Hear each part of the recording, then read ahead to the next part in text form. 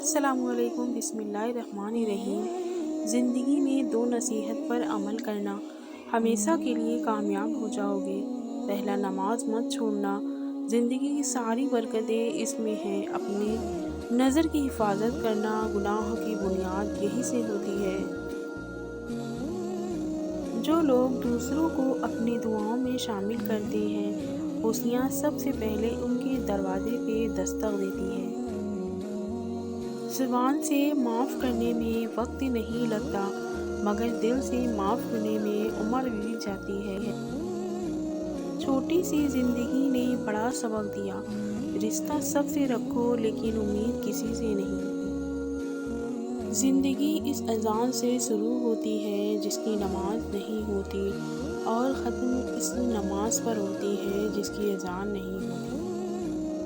کچھ لوگ آپ سے اتنی محبت کرتے ہیں جتنا وہ آپ کو استعمال کر سکتے ہیں۔ جہاں ان کا مفاد ختم ہو، وہاں ان کی محبت بھی ختم ہو جاتی ہے۔ رشتوں کو سنبھالنے کے لیے جھکنا پڑے تو جھک جائیں، لیکن اگر ہر بار آپ ہی کو جھکنا پڑے تو رک جائیں۔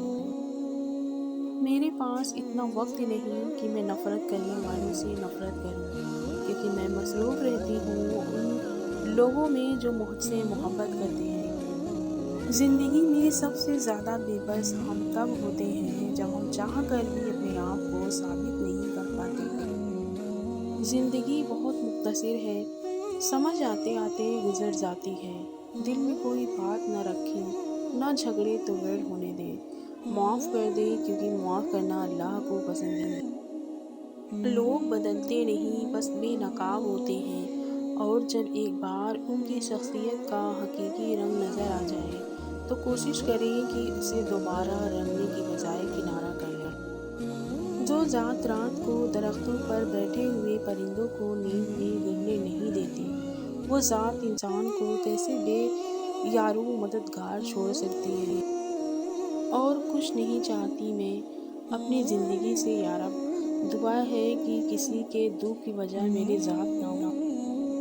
زندگی ایک کتاب ہے جس کا پہلا صفحہ پیدائش اور آخری صفحہ موت ہے، درمیانی صفحات خالی ہیں۔